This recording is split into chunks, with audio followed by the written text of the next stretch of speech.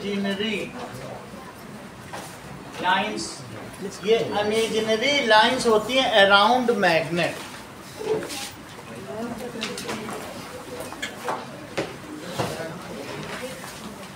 In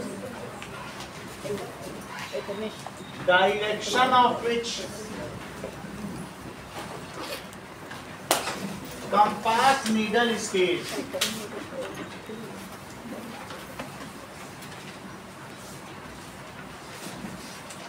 These express the region around magnet in which some ferromagnetic substance feels attraction या get attracted.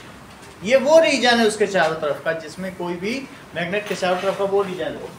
This is the region around, वो magnetic field है। Magnetic field एक reason और उसको express करने के लिए क्या करते हैं, समझ आई बात कि नहीं? मैग्नेटिक फील्ड तो एक रीजन हो गया, और to represent magnetic field lines are used. अगर मैं तुमसे पूछूं what does it mean by magnetic field तो क्या कहोगे, बोलो? The region around magnet in which some ferromagnetic substance get attracted is called magnetic field. To express magnetic field, magnetic field lines are used. These are imaginary lines around magnet in which compass needle stays. बोलो बात समझ आ गई? तो दोनों ही definition समझनी चाहिए। The region around magnet in which some ferromagnetic substance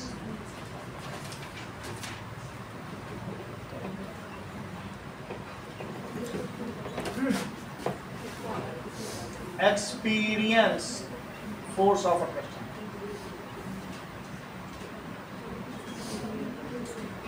थोड़ा ध्यान देके करना है क्योंकि इतने लोगों में फ्लेमिंग्स लेफ्ट हैंड रूल लिखा है, एक या दो नहीं ठीक लिखा है। इतनी लापरवाही क्यों? अब की जबकि तुम लास्ट स्टेज में, लोग अपने मन से लिखना है ऐसे हाथ कर लेंगे, फिर हाथ सीधा करो, वो कहने उठा लो पहले हाथ, पहले अपने हाथ को लेफ्ट हैंड को उठा लो, ऐसे भी लिखा। जिसने लिखा है इतना बिलो एवरेज लिखा गया है। चीज़ों को अगर पढ़ रहे हो कर रहे हो कि स्टैंडर्ड तो रखो। अब इसके बाद फिर कौन आपको रेक्टिफाई करेगा? ये लास्ट स्टेज है रेक्टिफिकेशन की, यहाँ तो प्रिसाइज रहो। So experience force of attraction, ठीक है, टू रिप्रेजेंट मैग्नेटिक फील्ड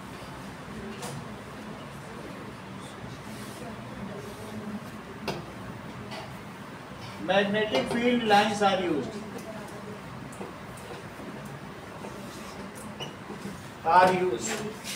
बात नहीं करो। Second question, when is the force experienced by a current carrying conductor in a magnetic field is largest? तो कुछ लोगों ने लिखा है जब फोर फिंगर और मिडिल फिंगर के बीच 90 डिग्री का, उससे क्या लेना देना? ये बोलो, when if the current carrying conductor is kept perpendicular to the direction of magnetic field, then the force experienced by current carrying conductor is largest. When current carrying conductor, any sentence पूरा करो। Current carrying conductor is perpendicular to the magnetic. is kept perpendicular. Aman ने इसका बहुत अच्छा answer दिया है, physical सुपिया sine theta पे, साइन थीटा की भी उन्होंने वैल्यू लिखी कि थीटा 90 डिग्री प्रॉपर लिखी। Is kept perpendicular to magnetic field. आगे बोलो रिया। Then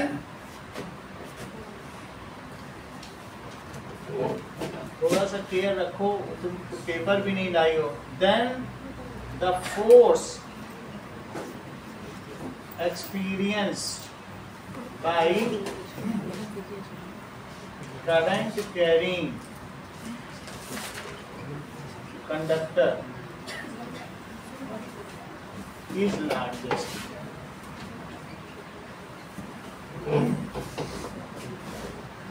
Fourth question, why does a compass needle get deflected when brought near a magnet compass needle क्या है?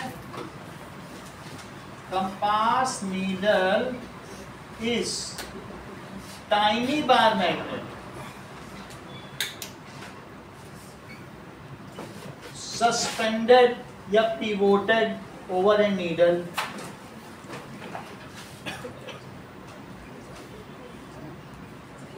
and can freely move, ये freely rotate कर सकता है. When it comes, it is kept near bar magnet, it interacts with its magnetic field. Its own magnetic field interacts with the magnetic field of bar magnet, so it rotates. If it is kept near bar magnet, then its own magnetic field interacts, अच्छी sentence पूरा करो, interacts with the magnetic field of with the magnetic field of bar magnet.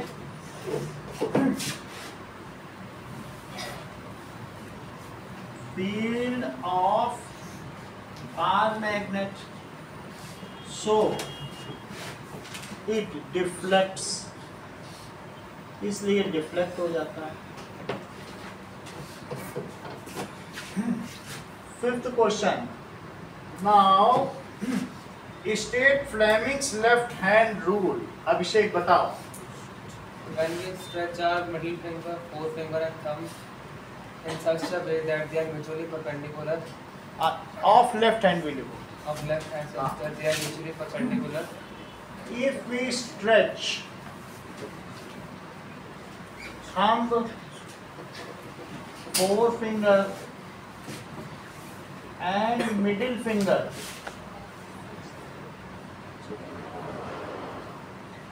of left hand such that these are mutually perpendicular,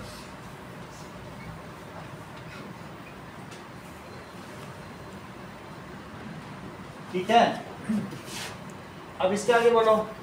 Then thumb shows the direction of thumb को सबसे बाद में बोलो. मतलब वो अगर ये दोनों, if middle finger shows the direction of current, forefinger shows the direction of magnetic field, then some thumb shows the direction of force experienced by the conductor or direction of motion of wire. दोनों ही चीजें हैं. तो आपकी book में क्या लिखा है? Force है ना, ठीक है. Perpendicular. Then if middle finger से शुरू करो. कुछ लोग थंब से ही शुरू कर रहे हैं. थंब एंड दिस क्रमशः इसको व्यक्त करेंगे. ऐसे भी लिखा, ऐसा नहीं है. देन इफ मिडिल फिंगर वो क्या शो कर रही है? Shows the direction of current. Four finger shows the direction of magnetic field.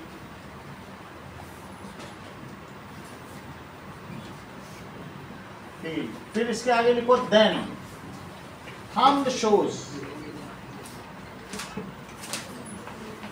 the direction of force experienced by magnetic field. Experienced by current carrying wire.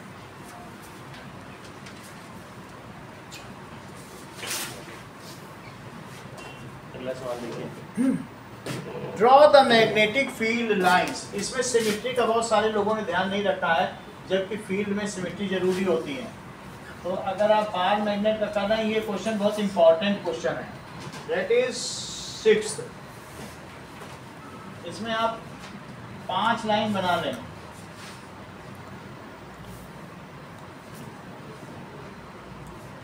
और वो भी इतनी space भी होनी चाहिए, यहां से यहां तक लें.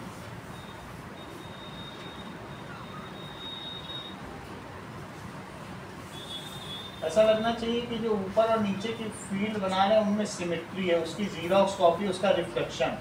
और फिर ये कई लोगों ने तो बीच वाली लाइन में भी यहाँ नॉर्थ और साउथ भी लिखना है, तो नॉर्थ से फील्ड लाइंस जाती हुई और साउथ से आती हुई, ऐसे ही बनाना, इसका कोई कंप्रोमाइज नहीं कि थोड़ा टेढ़ा कर दे, इसको दबा दिया, वैसा नहीं है, डिस्टॉर्टेड नहीं बनाना है। इसी फील्ड लाइन पूरे नंबर ऐसे ही बनाना है। 2 नंबर का क्वेश्चन।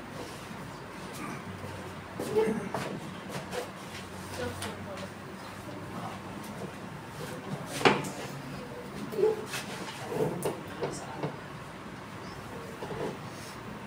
95 नंबर तक के लिए कोई संघर्ष ही नहीं है, वो एक नंबर के लिए संघर्ष, उसके लिए हम स्ट्रगल कर रहे हैं ये जो 3 महीने। 95 तो बहुतों के आ जाएंगे, वो जो 96 है उसके लिए संघर्ष, उसके लिए तो आधा नंबर चुराना पड़ रहा है।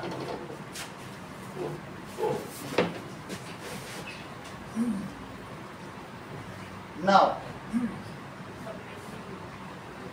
state and explain how right hand thumb rule indicates magnetic field. अब इस क्वेश्चन में 5th क्वेश्चन में हमने क्या कमी रखी है अर्चिता? करेक्ट, जैसा इन्होंने कहा कि Fleming's left hand rule is used to find the force, ठीक है, acting on a current carrying wire kept in magnetic field. से सर मैंने तुरंत पकड़ लिया इसको, देखो that is Fleming's left hand rule किस लिए इस्तेमाल होता है? फ्लेमिंग्स वो भी ठीक करेंगे। Left hand rule is used to find force on current carrying conductor.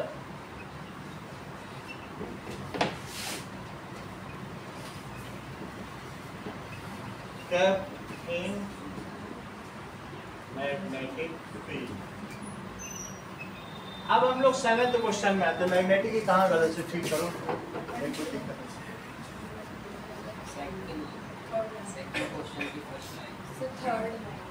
क्या चीज लिखनी है?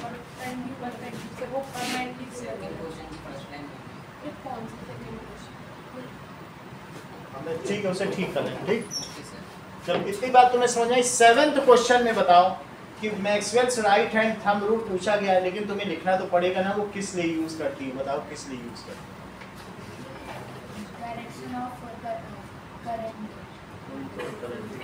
Now Maxwell's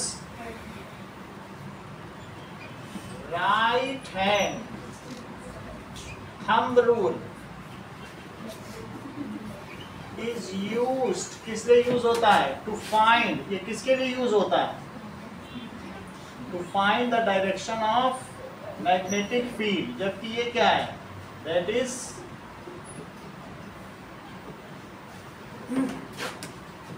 it is used to find direction of magnetic field around a infinitely long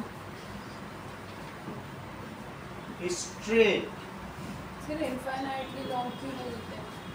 अब इनफाइनाइटली लॉन्ग के लिए अदरवाइज अप्रोक्सीमेशन आने लगेगा। जब आगे की बायो-सेवर्ट लॉ पढ़ोगे क्लास 11 में, तब वहाँ बताया गया ये जो रूल है कि कैसा होगा, जितना छोटा वायर लोगे फिर वो डिस्टॉर्टेड हो जाएगा। तो आगे के अगले क्लास के लिए मैं बिल्कुल आइडियल कंडीशन ही आपको बता रहा हूँ, infinitely long current carrying wire, ठीक है ना। नहीं तो अगर वही वायर इधर मुड़ गया तो उसकी फील्ड इससे इंटरेक्ट करेगी, ऐसे ऐसे लहरा के चलेगा। ओके, तो इसलिए ये चीज़ पकड़ के रखिए, इनफाइनाइटली लॉन्ग पे लिख दोगे तो 10th में आपको ठीक माना जाएगा। लॉन्ग तक तो लिखना है और आइडियल कंडीशन है, that is infinitely long state current carrying wire. अब इसके लिए क्या करना है, that is grasp the wire. अपने हाथ में किसको पकड़ लो बताओ, क्या एक तार को पकड़ लो और ठीक है, such that thumb pointing outward, such that उसे ग्रेस्प करो। और फिर क्या होगा बताओ, thumb points in the direction of current, then the curl of fingers shows the direction of magnetic field around it. So grasp उसको इन्वर्टेड कॉमा के साथ लिखिए, grasp the wire by right hand से उसको पकड़ लीजिए, such that thumb points in the direction of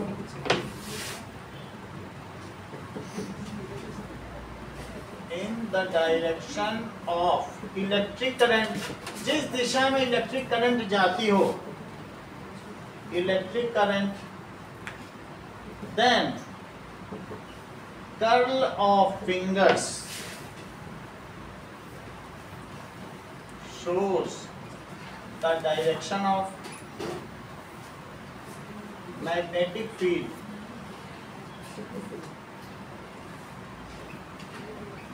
around wire. So this is Maxwell's right hand thumb rule. Okay. 8th question थोड़ा बता दे रहे हैं। वैसे डायरेक्ट करंट का सोर्स बैटरी SL है और अल्टरनेटिंग करंट ये है, सही है। तो ये चीज समझ लो, कभी आ जाए तो लिख लेना। Direct current can be obtained from cell. Cell में एक पोलैरिटी होती है और ये बैटरी से भी पता कर सकते हैं, उससे भी ले सकते हैं। जबकि एसी करंट, ये सब एसी करंट के सोर्स हैं, इसमें प्लस माइनस कुछ नहीं है। बस 1 सेकंड में एक टर्मिनल 50 बार प्लस बनता है और 50 बार माइनस बनता है। तो 50 हर्ट्ज है इसकी फ्रीक्वेंसी, ठीक है ना। तो इसलिए अल्टरनेटिंग करंट का क्या सोर्स है? Alternating current from house hold supply या अल्टरनेटर। कुछ लोग इन्वर्टर और ये लगा लेते हैं तो डीसी से एसी में बदल देते हैं। तो that is house hold supply, house direct current और ये चीजें, ठीक है। नाउ 9th क्वेश्चन देखिए, give 3 points of difference between electromagnet and permanent magnet. और परमानेंट मैग्नेट। देखो अर्चिता, क्वाइलिंग इसको कहते हैं। तुम ये नहीं कह सकते हो कि क्वाइलिंग ऑफ हैंड, कोई क्वाइल थोड़ी ना है, कर्लिंग लिखो, ठीक है। चेक करो। अब देखो, इतनी बात समझ में आई? आपने लिखा हुआ है, ताशी ने दोनों की राइटिंग एक की है। चलो, इन दोनों में से किसी का। अब देखो, आपने लिखा, चलो अब इधर देखो, इलेक्ट्रोमैग्नेट क्या होता है? That is the magnetism. Sir मैंने तो पढ़ लिखा है, ताशी ने लिखा है। ठीक है, मैग्नेटिज्म ऑब्टेन, किसकी वजह से बोलो? Obtain by feeding current in long circular coil. कैसी? Circular insulating copper coil, copper भी हो सकती है, एल्यूमिनियम। तो उससे इलेक्ट्रोमैग्नेट बनता है। मैग्नेटिज्म कैसे हमने पाया? और जबकि इट कैरीज, इसमें मैग्नेटिज्म कैसे ऑब्टेन किया जाता है? Magnetism is obtained by keeping it in uniform magnetic field. Ferromagnetic substance होता है लोहे को, कोबाल्ट को, निकल को, गैडोलीनियम को, इन सबको कहाँ रख दो? सॉलिनॉइड के अंदर डाल दो, बन गया परमानेंट मैग्नेट। इसमें कैसे पाया जाता है? Otherwise it is naturally occurring, जैसे मैग्नेटाइट होता है कि नहीं। सो इसमें कैसे ऑब्टेन किया जाता है? मैग्नेट इज मेड, इसमें ऑब्टेन लिखो, इसमें मेड, बनाया जाता है। कैसे बनाया जाता है? By keeping ferromagnetic substance, लोहा, ferromagnetic substance inside current carrying solenoid, current carrying solenoid, और इट इज नेचुरली अकरिंग।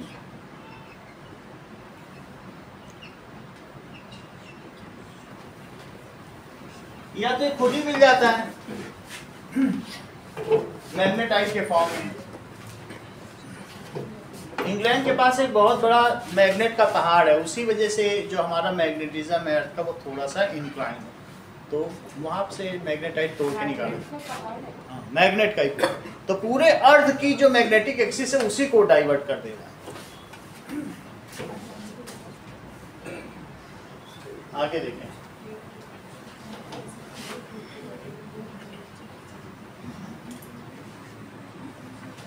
कोई भी जैसे ये है कि मैनर है, ये मैनर लिखेंगे ऐसे, ये दिशता लिखेंगे ऐसे ही, ये भी लिखती है ताशी, पता ही नहीं चलता ये लिखा क्या है, ये पता नहीं, लापरवाही खत्म करो।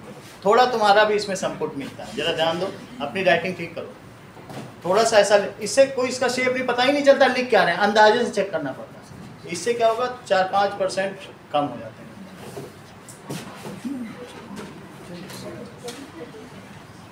अब देखो सेकंड क्या है, second is it's polarity and magnetic strength. इसी तरह सेंटेंस पूरा करो।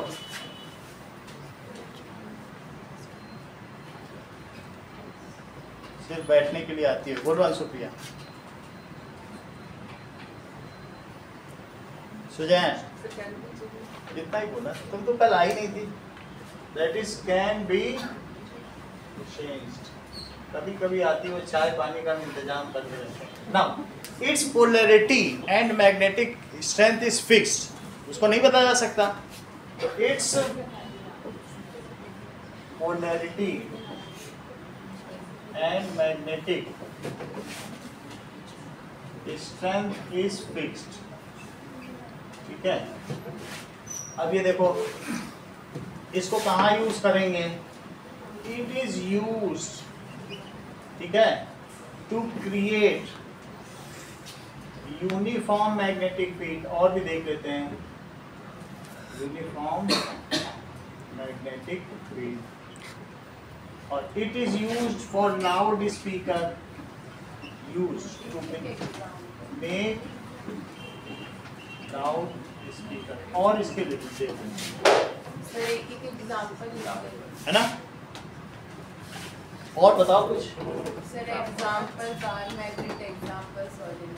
हाँ वो तो है, दैट इज।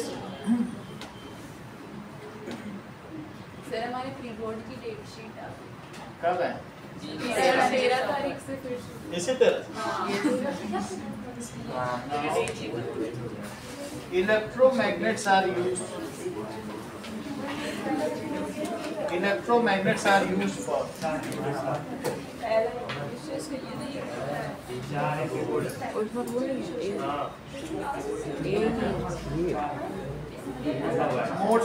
मोटर्स में इस्तेमाल होता है, एंड इन मोटर। इसका एग्जांपल लिख लो, जैसे सोलिनॉइड, टोरॉइड, इसमें bar magnet, ring magnet, horse shoe magnet, ठीक है। इन दिस कैटेगरी क्या कौन कौन आता है? In this category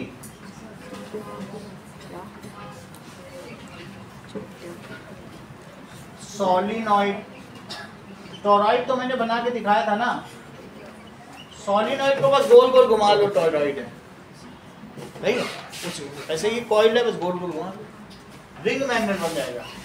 in this category क्या क्या आएगा? That is bar magnet, horse shoe magnet, and तीसरी चीज क्या आएगी? रिंग मैग्नेट आएगी।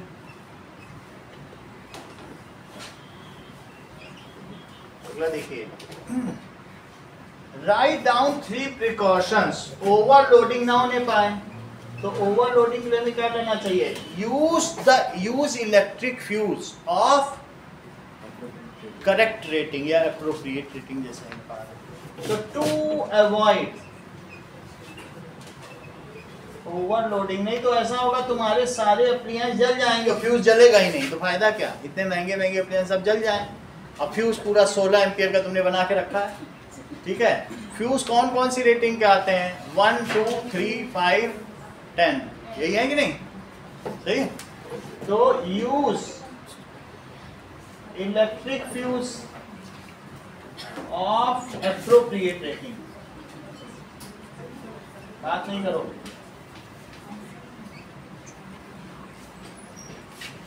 So high power appliance, too many high power appliance should not be run simultaneously. बहुत ज्यादा एक साथ सब कुछ न चला लो। Too many high power appliance should not be operated simultaneously. गीत साई एक और बताओ। Avoid multi-pin socketing. Avoid multi-pin plugging. उसमें जो लगाया जा रहा है वो प्लगिंग है, सॉकेटिंग मत लिखो। Avoid multi-pin plugging.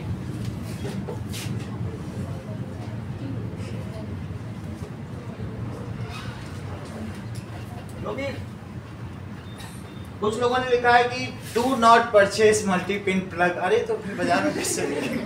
तो वो यूज भी करेंगे लेकिन हमें अवॉइड करना, ठीक है कि नहीं?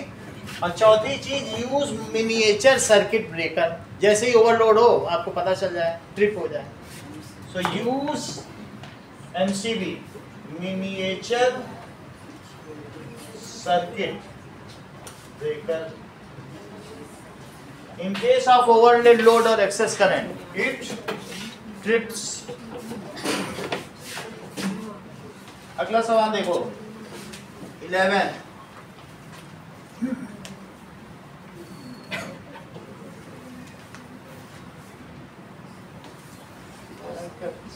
ये तो दिया ही नहीं ना।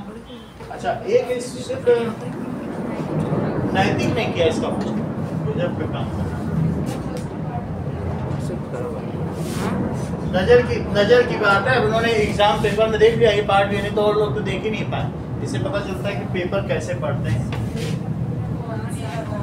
चलो अब इसमें क्या चीज है कि wiring of a bulb and 3-पिन सॉकेट। दो चीज लेनी है, बल्ब का भी लेना है। यहाँ पर एक बल्ब ले लो और एक 3-पिन सॉकेट। बल्ब में भी 3-पिन सॉकेट ही होगा, ठीक है। अब जैसे यहाँ पर है बल्ब को आप सीधा कनेक्शन दे देना एक 3-पिन सॉकेट। चलो तो हमारे पास एक लाइव वायर रहेगा, वो मेन लाइन से आएगा। उसके बाद जैसे बुक में डायग्राम है वही बनाएंगे। तो चेक करो बुक के ही डायग्राम से रेफरेंस लें कि ऑन मीटर कहाँ लगा रखा है। बहुत हार्ड है। अरे इसी से बताएंगे, तुमको सही करके बता देंगे। चलो और कोई अल्टरनेट नहीं है ना। सर आपने बनवाया था ना। वही चीज है, उसी को बनाएंगे।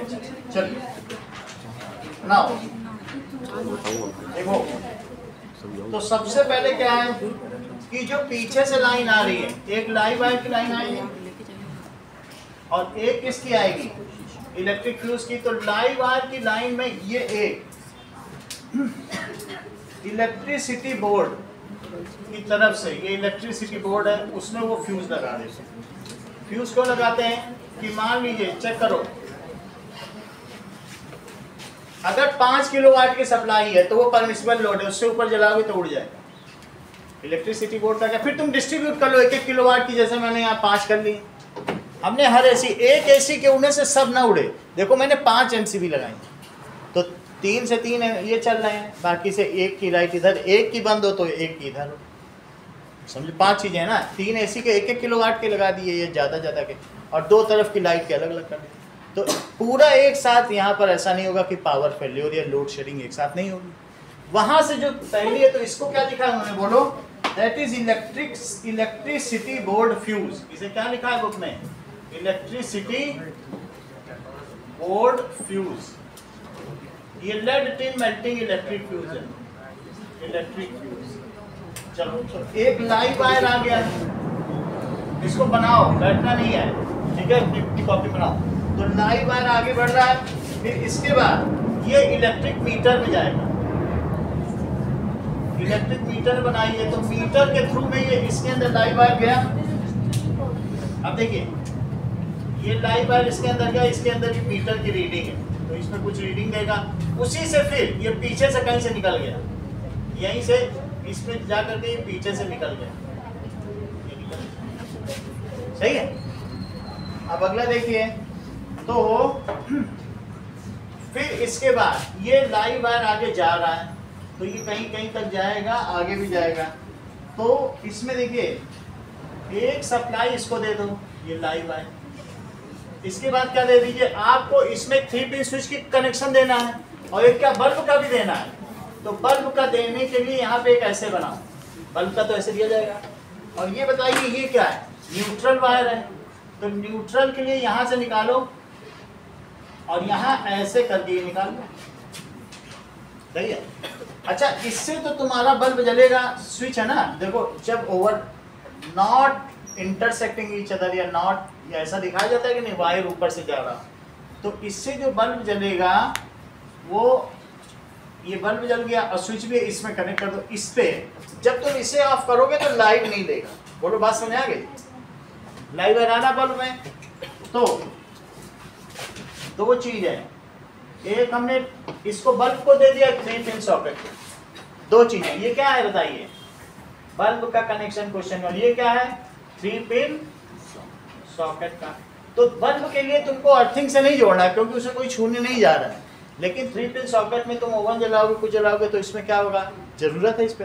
तो 3 पिन सॉकेट में एक लाइवर, यहाँ से करंट भी जाएगी और जो अप्लायंस चलेगा तो वो ड्रेनेज करंट, इसको क्या कहते हैं, अलग अलग चीजें हैं, एक ड्रेनेज करंट है या रेसिडुअल करंट और एक है लीकेज करंट। इसमें समझो अभी हम बता देंगे। जब कोई भी एक अप्लायंस चलता है तो उसके बाद जो चार्जेस वापस लौटते हैं उसको कहते हैं ड्रेनेज करंट, या वो उसको क्या कहते हैं, रेसिडुअल करंट। वो हमेशा किस में जाएगा, न्यूट्रल वायर में। न्यूट्रल वायर को जब भी तुम टच करोगे इसमें थोड़ी करंट रहेगी, झटका नहीं मारेगा लेकिन ऐसे झंझना जाएगा। लेकिन जो लाइव वायर है तो अगर ये 10 वोल्ट है तो ये 230 वोल्ट है, इनके बीच का अंतर 220 वोल्ट है। बात समझ में आ गई? रेसिडुअल करंट फ्लो करती है या इसमें ड्रेनेज करंट, समझ में आ गई? चलो, तो अब इससे भी कनेक्ट कर दिया, इससे भी कनेक्ट कर दिया, दोनों से। अब ये चीज कहाँ आगे जाएगी, ये तुम्हारे मीटर में ही जाएगी, ठीक है। तो इसमें दिखाया गया अंदर अंदर मीटर में चली जाएगी, फिर मीटर से होते, मीटर से ही दोनों वायर निकलेंगे, पीछे कनेक्ट हो गए। ओके, तो 2 वायर मीटर में है, एक कहाँ कनेक्ट हो रहा है बताओ, उससे 2 वायर बाहर लगाए और 2 तुम्हारे घर में गए। मीटर में है तो मीटर में एक चरखी चल रही ना, दैट इज एडी करंट के लिए, तो वो उसके थ्रू ही रूट होगा सब चीज। तो बाहर से कनेक्शन लिया मीटर में, उससे तुम्हारे घर में गया, उसी से तो जाएगा, उस वो अलाउ करेगा, जितना तुम लोगे उसको वो सेंस करेगा, सही है। तो ये दोनों जो इसमें से आए इसको किससे जोड़ेगा, इलेक्ट्रिक सप्लाई लाइन से, ठीक है। तो अब इलेक्ट्रिक सप्लाई लाइन से कैसे जोड़ेगा, ये सिंपली बाहर चला गया, दिस इज, ये कैसा है, न्यूट्रल वायर, और एक इसके ऊपर दैट इज अर्थ वायर होगा। अर्थ वायर के ऊपर की लाइनिंग है, इसको यहाँ पे ऐसा दिखा दो और इसके बाद इसका कनेक्शन दिखा दो, तो इसको इसमें कनेक्ट कर, ये बस ज्यादा नहीं करना, 2 कनेक्शन दे दिए ना। ये तुम्हारा मन करे तो यहाँ पे एक और लगा के फिर उससे बल्ब जला दो, लेकिन 3 पिन सॉकेट क्यों देना, सिंपली इसको जलाएंगे। तो एक बल्ब का कनेक्शन देना है और एक इसका कनेक्शन देना है, ओके। तो दिस इज इलेक्ट्रिक स्विच। ये बना लेना, वो ब्राउन कलर तो नहीं बनाना, क्या ब्राउन कलर वाले कलर तो नहीं बनाना, ब्राउन वाले बता दे रहे हैं, उसको लिखना है आपको, वो जरूरी है, आप दोनों लिख देना, क्योंकि पता नहीं टीचर क्या समझते हैं, दोनों ही लिखना। The old sign convention is is, तो तुम सेफ रहोगे। अभी दिखा देंगे। अब ये देखो, हाँ से पूछा था आज, तुम्हारे कहा जो लिखना वही लिख देना। जैसे मैं बता रहा हूँ, ये मैम जिम्मेदारी नहीं लेती हैं, बहुत सारे बच्चों को कबाड़ा कर चुकी है जो दूसरे कोचिंग में पढ़ते हैं, बता रहा हूँ, ये बिल्कुल जिम्मेदारी नहीं लेती। KB1 की भी यही है, KB2 की भी, हम अपनी तरफ से जो करके भेजते हैं फिर वही बच्चे टॉपर बनते हैं। तो वो बिल्कुल, अगर वैसी जिम्मेदारी लेती तो फिर मैं उन्हीं के ऊपर छोड़ देता। मैं क्यों बार बार कह रहा हूँ, उनको उनकी पेमेंट मिल रही है, वो कहेंगे बुक करो, और वहाँ चेक करने वाले कोई और हैं, भुगतते हम लोग हैं। हाँ सर, मैम यही बोलती है मेरी सैलरी। क्या, तो उनकी सैलरी पक्की है तो वो क्यों करेंगे, इतना इंटरेस्ट क्यों लेंगे, यही होता ही है। तो तुम ज़्यादा वो नहीं करो, मैं बता रहा हूँ, अगर तुम दोनों ही लिख दो तुम्हारा कोई काटेगा नहीं और अच्छा ही रहेगा, सही है कि नहीं। अब इसमें ये 3 MCB बना देना, दिस इज एक मिनिएचर सर्किट ब्रेकर हो गया MCB, this is electric meter. चलो इसको इलेक्ट्रिक मीटर हो गया, इलेक्ट्रिक फ्यूज। बात समझ में आ गई?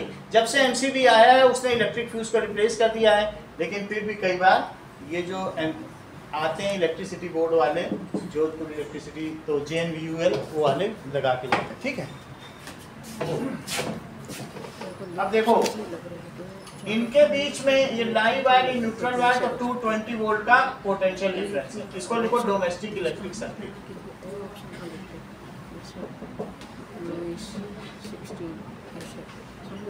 अगला देखिए, नाउ ये देखो, ये जो वायर है, ये रेड वायर, अभी तुम नई वाली कहीं से भी खरीदने जाओ बाजार में तो ब्राउन से रिप्लेस हो गया, तो इसमें न्यू साइन कन्वेंशन लिख देना। उसी तरीके से ब्लैक वायर कैसे रिप्लेस हो गया, तो तुम देखोगे ये ब्लू हो गया। यही वायर उसमें मिलेंगे ही, तुम खरीदने जाओगे तो नहीं चले जाना है। और ये चीज क्या हो सकती है, ये ग्रीन भी हो सकती है, या क्या हो सकती है येलो। तो 3 वायर, अच्छी अच्छी कंपनियां भी हैं, फिनोलेक्स की भी कंपनी है, वो यही बनाती है। तो तुम्हें 3 कन्वेंशन दे दिए, यही कर देना। अगला सवाल देखें, दैट इज जो न्यूट्रल वायर है वो क्या करेगा, न्यूट्रल वायर्स ड्रेन्स आउट, किसको ड्रेन्स आउट करेगा बताओ, residual current back to pole, back to pole पे चली जाएगी and then rooted to electricity board. वहां से वो हाई वोल्टेज के ले रहा है रेड वायर, तो रेड वायर कैसा होगा, वो हायर वोल्टेज है, लोअर वोल्टेज है, लेकिन कुछ तो करंट बची रहेगी। तो and back to power house, ये पावर हाउस। अगला देखिए, what is the function of earth wire, इसी का बी पार्ट, ये ए पार्ट था जिसे नैतिक में किया था। So what is the function of earth wire. So earth wire क्या होता है, is connected to metallic part of appliance, electric appliance, to metallic part या metallic body of electric appliance। ये आंसर किसी ने नहीं लिखा है। In case live wire comes in contact to metallic body, तो क्या होगा, then user may get shock to avoid such situation। ठीक है, अर्थ वायर क्या करता है, if live wire comes in contact with metallic body, तो क्या होगा, मेटेलिक बॉडी में लाइव वायर टच हो गया, इसने उस करंट को कहाँ रूट कर दिया, लीकेज करंट को जमीन में रूट कर दिया। इसी वजह से तो लोगों का 17 लाख 18 लाख बिल आता है, इसी वजह से। क्योंकि कहेगा अच्छा करंट आ रही, लाओ जमीन में डालता रहेगा, तुम्हारा मीटर ऐसे घूमेगा तेजी से, इसे ये तुम्हें बस शॉक से बचा रहा है। ये तुमको यहाँ स्पार्क की भी बात नहीं, कुछ लोग कहते हैं स्पार्क से बचा लेगा तो क्या कर लेगा, कुछ नहीं, बस तुमको शॉक नहीं लगेगा, झटका नहीं लगेगा, वो बस उसको उधर चुपचाप रूट किए दे रहा है। तो क्या कर रहा है, when live wire comes then earth wire क्या करेगा, रूट्स, दिव्या सेंटेंस पूरा करो, earth wire routes the leakage current directly to earth bypassing the user, routes leakage current directly to earth bypassing the, अब बोलो, ऊपर वाले डायग्राम में जो ग्रीन कलर का सॉकेट से जा रहा है उसमें ऐसे वो क्यों बनाया, अरे ये ऐसे ही वो पहले आगे तक बना दिया था ना रेड वाला, पहले रेड यहाँ तक का, रेड मिटा दिया, वो वैसे ही रह गया। चलो, by passing the user, hence इसकी वजह से क्या होगा, जो user will not gate electric shock,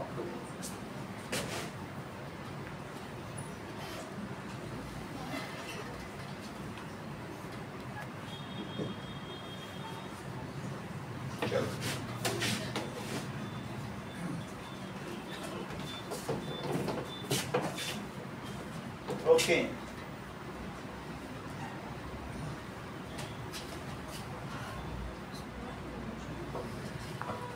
what is the usual colour, तो वो हमने आपको बता दिया है। यूजुअल कलर, यूजुअल बोला है इसलिए ऐसा है, और द न्यू कन्वेंशन है तो ये यूजुअल कलर यही है, न्यू कन्वेंशन भी लिख देना, ठीक है। सर इस डायग्राम में ऐसे बनाना है जैसे आपने बनाया नीचे नहीं बनाना है, वो नहीं बनाना, वो आपको बस बता दिया कि ये कलर होता है। वहाँ पे तो रेड ब्लैक और ग्रीन से ही बना के आते हैं। बनाना कुछ नहीं है, देखो यूजुअल कलर में लिखोगे रेड, लिखो लाइव वायर, ऐसे लिखो live wire, neutral wire, earth wire. यहाँ लिखो ओल्ड कन्वेंशन, ठीक है, और न्यू कन्वेंशन। ओल्ड कन्वेंशन में लिखो रेड, यहाँ पर ब्राउन, ब्लैक, और फिर क्या होगा, दैट इज ब्लू। ये ग्रीन, येलो और ग्रीन दोनों ही चलते हैं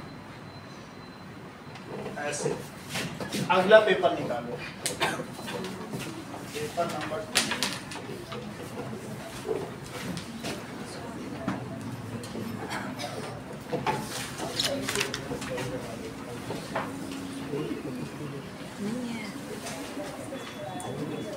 पूछ लेना।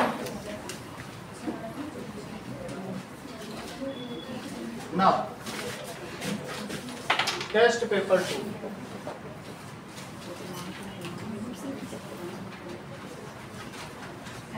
A uniform magnetic field is applied west to east and a straight current carrying vertical conductor is placed on it. तो मैग्नेटिक फील्ड वेस्ट से ईस्ट जा रही है, this is west, this is east, और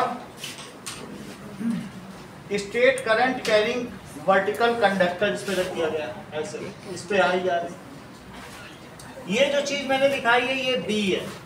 बी का मतलब क्या होता है, magnetic field in which direction the conductor get deflected. Tashi तुम ही बताओ, तुम ही बात ज्यादा कर रही हो, बताओ।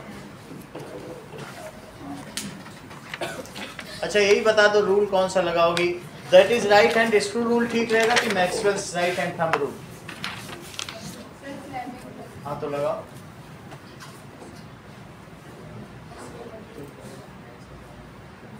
Waste to east magnetic field है, हाथ ही उठा के दिखा दो, हम समझ जाएंगे।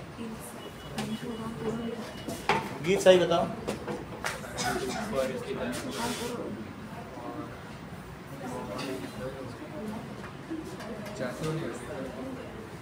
किधर जाएगा बताओ, लगाओ ठीक से रखो, जो भी रखना है। तो हाथ कैसे रख रहे हो हमें पता नहीं चल रहा, बोलो। आपका सही है, तो ये बी हो गया, ये आई हो गया, तो फोर्स क्या होगा, इनसाइड द पेपर। तो in which direction would the conductor be deflected inside the paper, यही तो आ रहा है।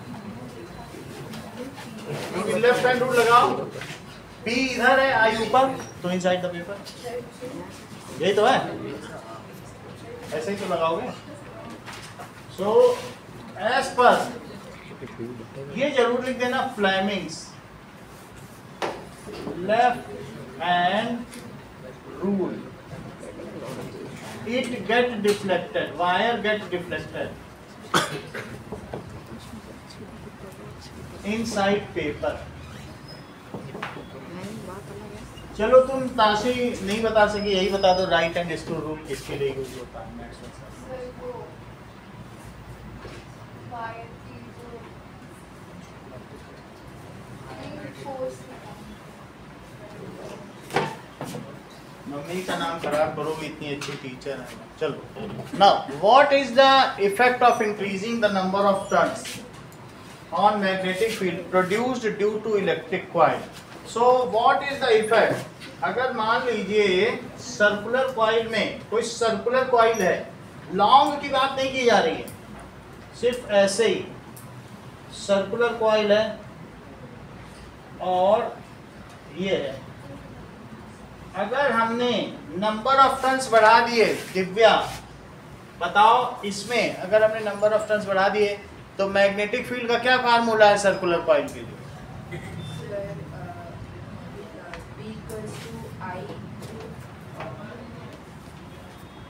बता ही नहीं पाती हो, बोलो। Then mu and I. हाँ बोलो। NI ध्यान रखो चीजों को, हर चीज के लिए लास्ट स्टेज पे करोगे। एन आई है, जब चीजें बताई गई तो याद रखो, सही है।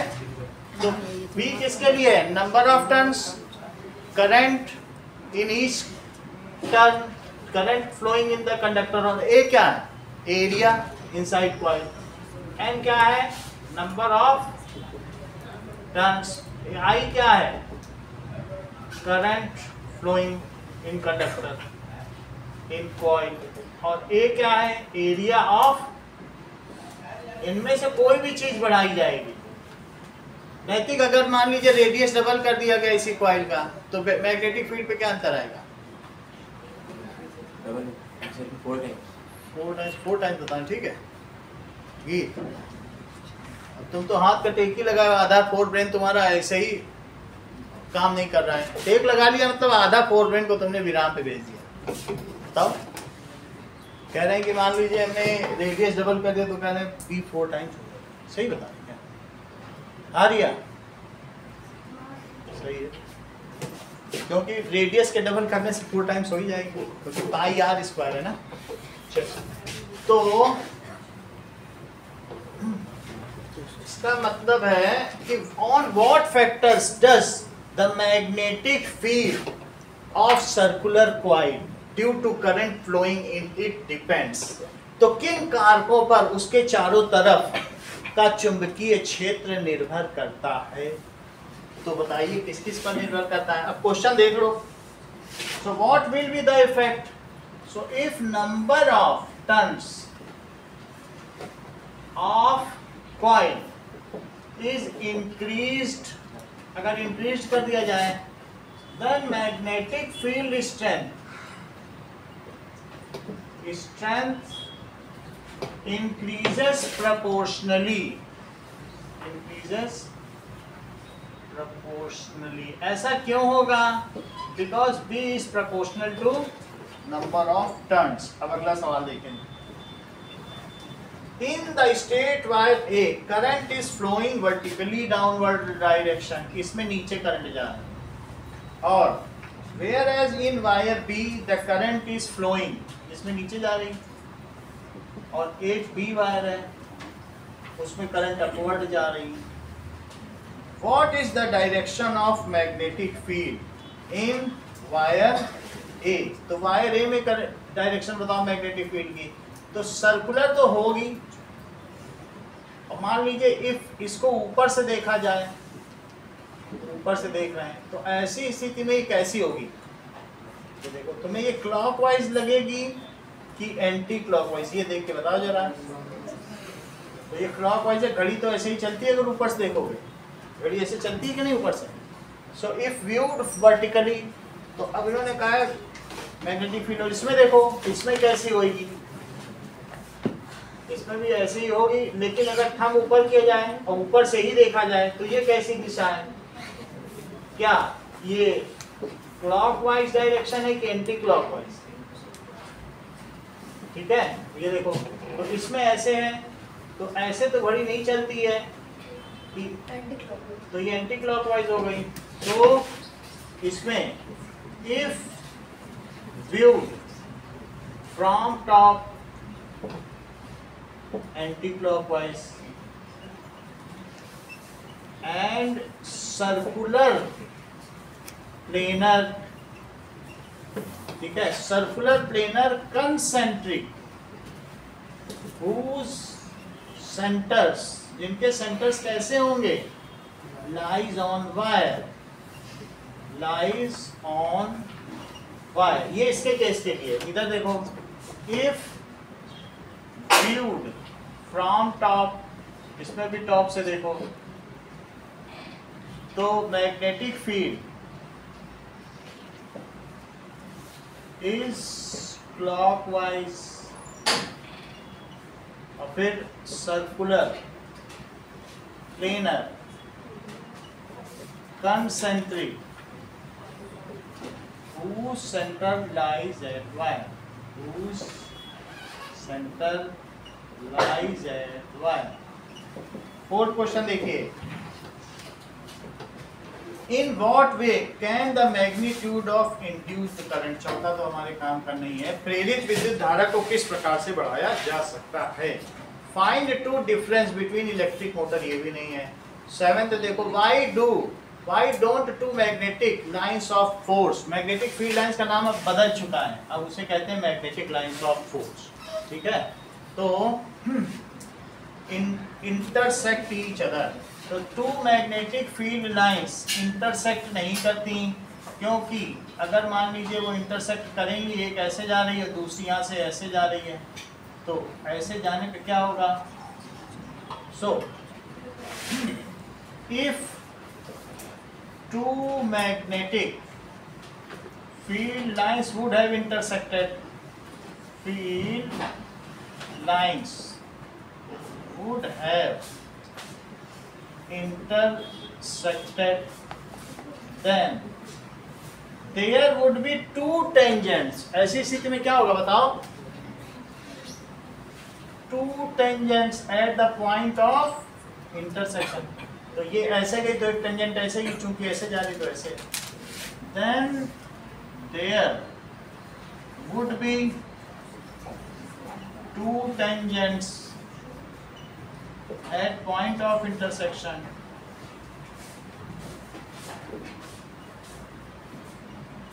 but the compass kept at point of intersection cannot stay simultaneously in two different directions, यहाँ कंपास रख दो वो उधर जाएगा कि इधर का, दो जगह जा सकता है, तो इसलिए but the compass kept at point of intersection cannot stay simultaneously in two different directions,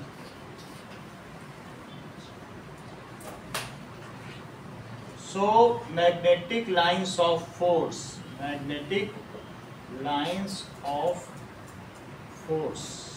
never intersect,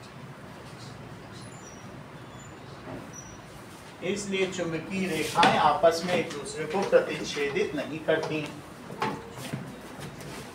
यहाँ तक की बात हो गई, आगे की बात करें। अगला क्वेश्चन है कि सिक्स्थ क्वेश्चन, सिक्स्थ को बहुत लोगों ने ठीक किया है, अभी मिल जाएगा आपको, दे देंगे। ये देखो, a domestic lighting circuit has a fuse of 5 amps, जो हमारे यहाँ आ रहा है इसमें फ्यूज है, फ्यूज ऑफ 5 एम्प्स, यानी ये मैक्सिमम, ये परमिसिबल करंट है, मैक्सिमम परमिसिबल करंट, तो मैक्सिमम परमिसिबल करंट। अब हमें दिया गया है कि मान लीजिए एक 40 वाट की ट्यूबलाइट से तो कितनी तुम इसमें जला सकते हो, 240 वोल्ट की सप्लाई आ रही है, 240 वोल्ट की सप्लाई है, ये V की वैल्यू है। वास्तव में बिजली की हालत बहुत ख़राब है, 240 की सप्लाई बम्बई को छोड़ के कहीं नहीं आती है, और पूरे जोधपुर में 160 की आती है।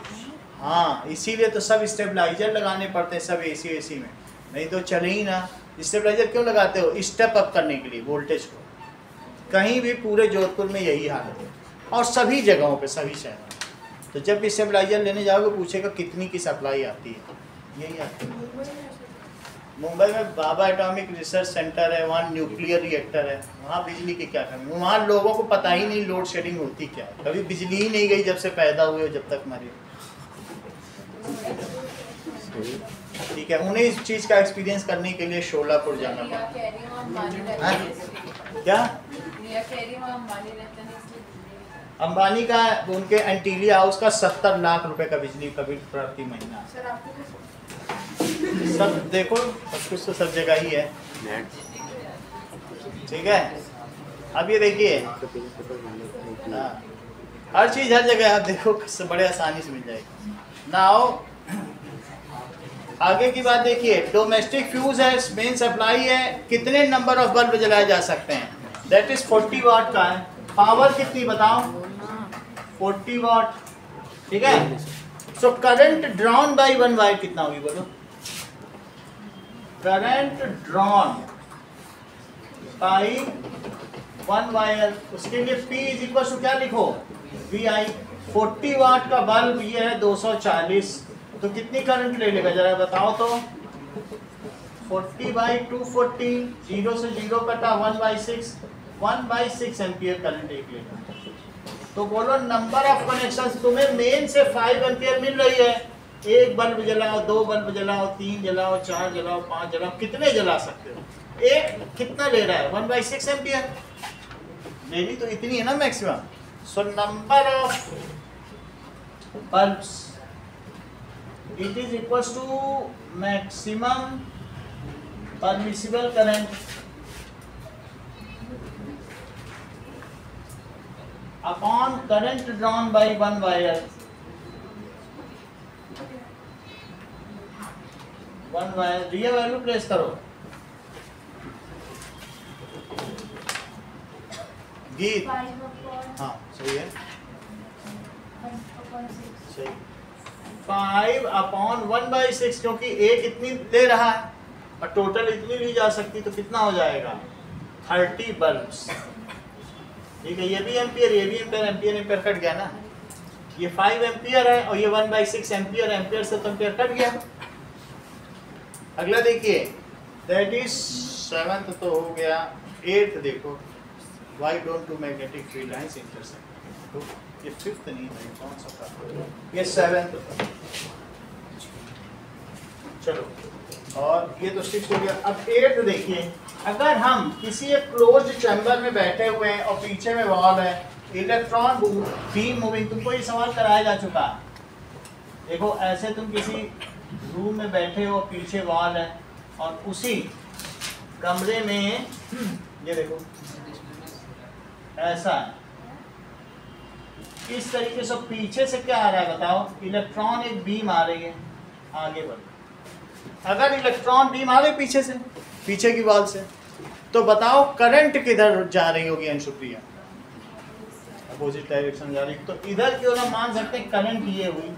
अब करंट ये, अब आगे पढ़ो, ये बताओ कि मैग्नेटिक फील्ड अब वो किधर चला जाता है, तुम्हारे राइट में चला जाता है, ठीक है, it is deflected to your right side. तो करंट इधर से इलेक्ट्रॉन आया और उधर चला गया, फोर्स की तो वही डायरेक्शन, इलेक्ट्रॉन आए चाहे प्रोटॉन जाए, सबकी वजह से करंट होती है। इलेक्ट्रॉन के आने से भी करंट होती है, प्रोटॉन के जाने। तो फोर्स किधर है बताओ, पीछे से इलेक्ट्रॉन आया, पीछे से इलेक्ट्रॉन आया, राइट में चला गया, तुम्हारा राइट किधर है, जरा सा उधर घूम के बैठ जाओ इनकी तरफ, सुजैन की तरफ, पता चल जाएगा इधर राइट में चला गया। राइट समझ आया कि नहीं, किधर है राइट, देखो जरा सा घूमोगे पता चल जाएगा, इधर गया, किधर जाएगा बोलो, इधर। तो तुम्हारे समझो पीछे से आया इलेक्ट्रॉन, इधर चला गया, समझ आई। ये देखो ऐसे ही बैठे रहो, ऐसे आया ऐसे चला गया, इससे रिकंसाइल करना है तो घूमना पड़ेगा, नहीं तो ऐसे ही सोचो सीधे आ रहा है ऐसे चला गया, सही है। अब देखो, तो तुमसे पूछा जा रहा है कि मैग्नेटिक फील्ड की क्या डायरेक्शन होगी, ये सोचो कि करंट किधर है, पीछे से इलेक्ट्रॉन आ रहा है तो प्रोटॉन उधर जाएगा, उल्टी हुई करंट की डायरेक्शन की नहीं। तो अब इसी से तुमको पीछे की ओर करंट लेनी है, अब वो मुड़ा किधर की ओर है बोलो, तुम्हारे राइट। ऐसे हाथ करो तो पता चले, सही है, ये देखो सही है। तो पीछे करंट हुई, ये देखो पीछे क्या हुई, पीछे करंट हुई, और बोलो फोर्स किधर है, तुम्हारे राइट गया ना इलेक्ट्रॉन। तो बी पूछा जा रहा है, आई दिया जा रहा है, फोर्स दिया जा रहा है। तो अब ये देखिए, ये जो चीज है ये किधर मुड़ गई होगी, क्या उधर चली गई होगी, तो ऐसी स्थिति में बी किधर होगा। क्या आप मुझे बताएंगे रिया कि इसमें नॉर्थ पोल ऊपर होगा या नीचे होगा। हाँ, क्योंकि नॉर्थ से साउथ चलती है, ये पूरा नॉर्थ नॉर्थ, ये साउथ साउथ। हमेशा कभी भी तुम दो मैग्नेट बना लो ना, तो ये नॉर्थ और ये साउथ, या तुमने हॉट शू मैग्नेट में देखा भी होगा कि नॉर्थ से ही साउथ चलती है, बाकी ये एन आई एस। फिर यहाँ से भी चल के ये यहाँ आ जाएगी, उसका कोई इशू नहीं है, समझ आई बात की नहीं। लेकिन यहाँ बीच में क्या होगा, हमेशा फील्ड कहाँ से कहाँ चलती है, नॉर्थ टू साउथ। तो क्या लिख लेंगे, as per Fleming's left hand rule, ठीक है, the direction of field is vertically downward. तो फिर ऐसा डायग्राम तो नहीं बनाना, बस ये लिख देना है कि फ्लेमिंग के नियमानुसार चुंबकीय क्षेत्र की दिशा ऊर्ध्वाधर निम्नवत होगी। बस तुम्हारी बात। अब इसी चीज को लिखें कि as per Fleming's left hand rule the direction of magnetic field will be vertically downward, ऐसा लिखो।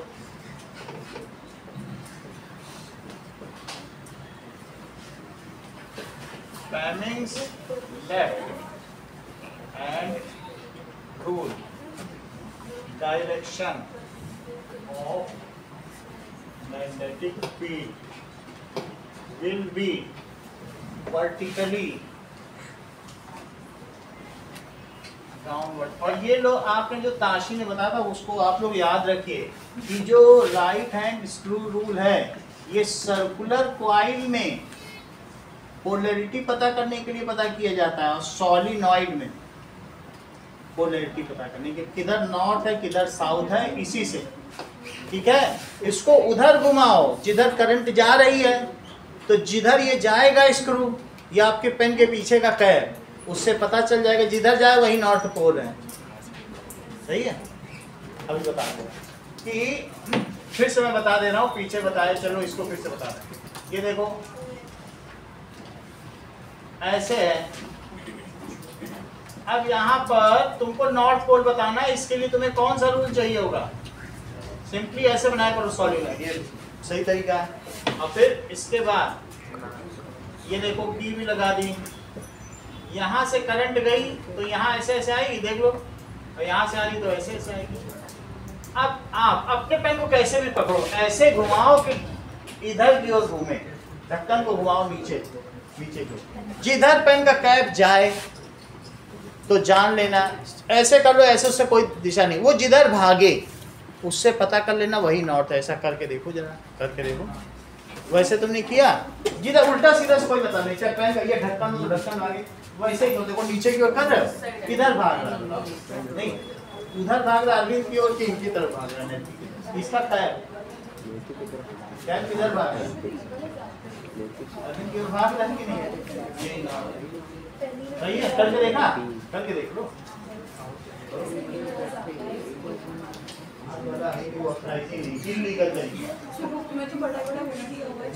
दिखाओ कहाँ दिया, चलो तुम्हें समझ आया, कर दिया होगा तो वही कर लेंगे। समझ में आ गई बात।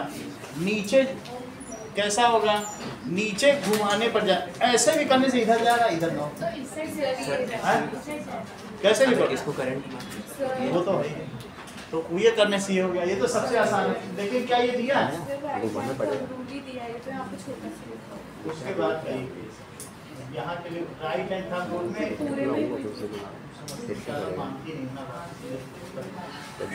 क्या कह रहे हैं, ये किसकी डायरेक्शन है, मैग्नेटिक फील्ड है, और ये करंट सुरक्षित की वही है, वैसा कोई रूल ही नहीं है। या इसके लिए क्या होता है, टॉर्क रूल होता है, टॉर्क रूल है या स्क्रू रूल, दो ही रूल है, वो रूल है ही नहीं कोई।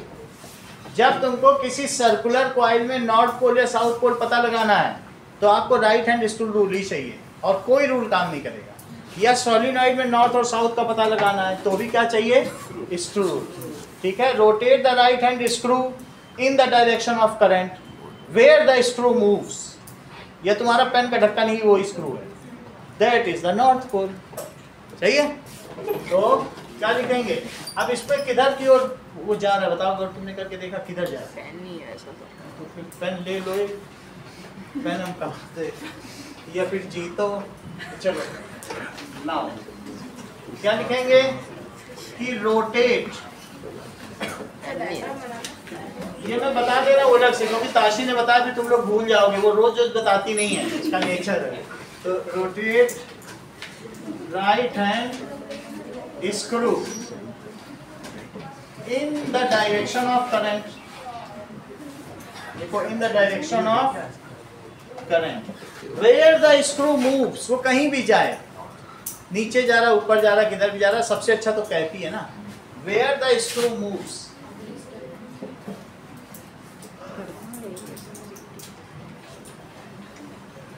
आप त्रिशु सेंटेंस कंप्लीट करो।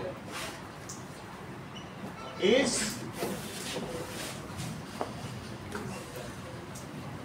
बताइए Geet. Not.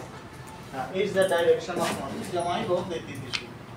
Direction of north pole.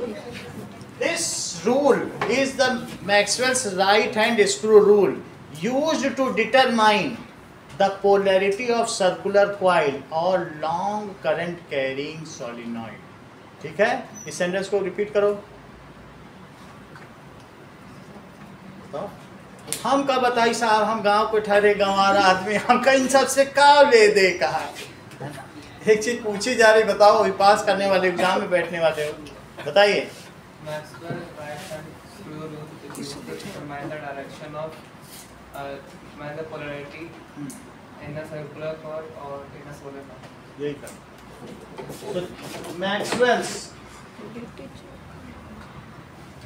Right hand screw rule is used to determine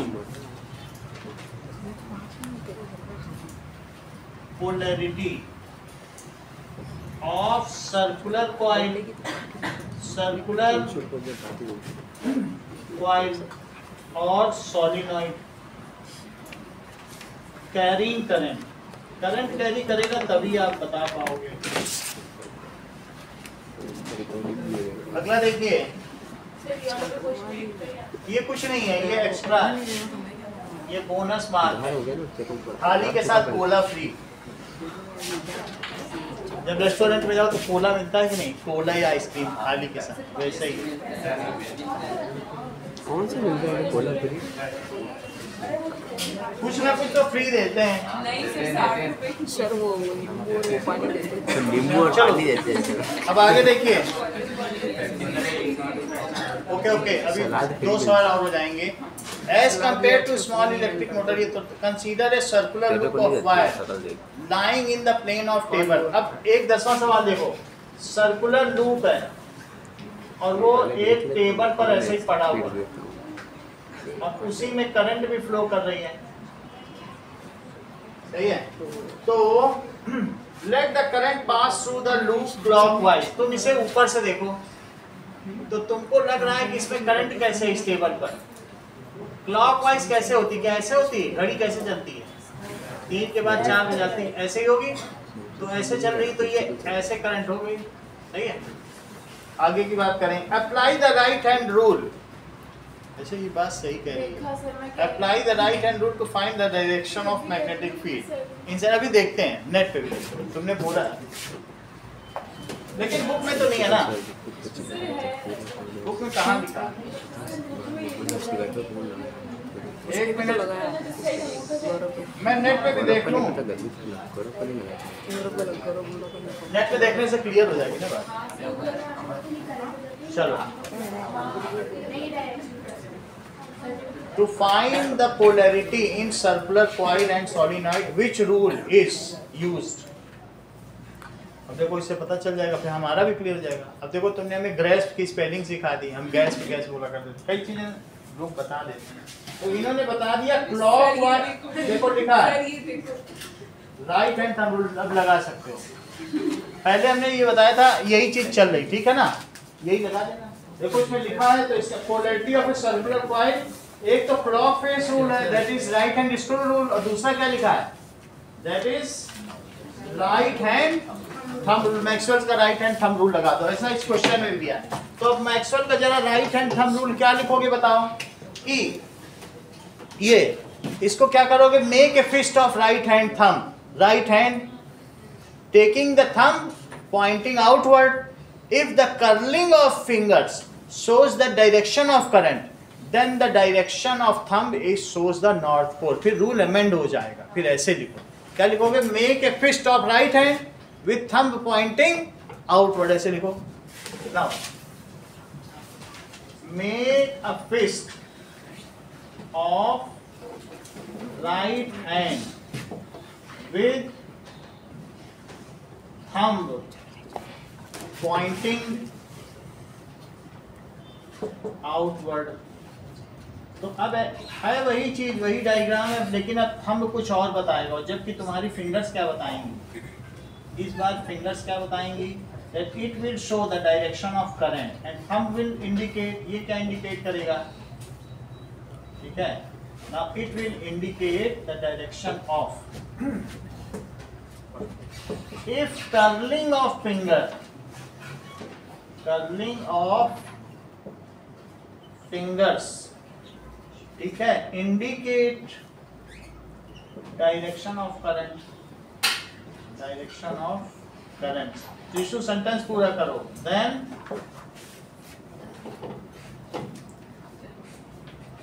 Sonakshi Thumb will show north direction. पक्का बता. Then thumb shows north pole. तो अब इस केस में भी बता ही दो, ऐसी है तो किधर नॉर्थ पोल होगा बता. क्लॉकवाइज करंट फ्लो कर रही है, पता चल रहा है ऊपर है नॉर्थ की नीचे, मुझे पता नहीं चल रहा. ये अच्छा बता दी, खुश कर देती. आप भी बोला करो, हमें ऊपर बोलो. ये सारा शो ही खराब कर देने, बोल ही नहीं रहे ऊपर. ये देखो, ये देखो डाउनवर्ड है कि नहीं, तो नॉर्थ किधर हुआ, ऐसे ही कर लो, सही है. तो दैट इज डाउनवर्ड नॉर्थ है और ऊपर साउथ है. So as per Maxwell's right hand thumb rule या right hand screw rule, north is downward, ठीक है, under the table. So north pole is under the table. जहां से वो निकलेगी वो नीचे ही जा रहा है ना, पता ही चल रहा है, नीचे से निकल के इधर आएगी. अगला देखिए, अगर हम ऐसा बनाएं तो सिर्फ तुमको दिव्या इतना बताना है, मैं इसमें इस टेबल पर डॉट कहाँ लगाऊं और क्रॉस कहाँ लगाऊं, ये नहीं पता चलता.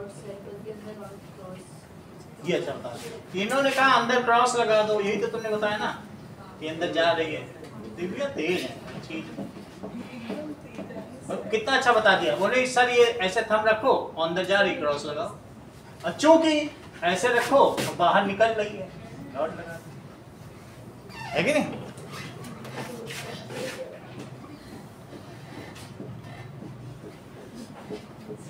एक और क्वेश्चन बच रहा है. Explain the principle and working of electric motor, जो कि हमारे सिलेबस में नहीं. इतना ही रखो.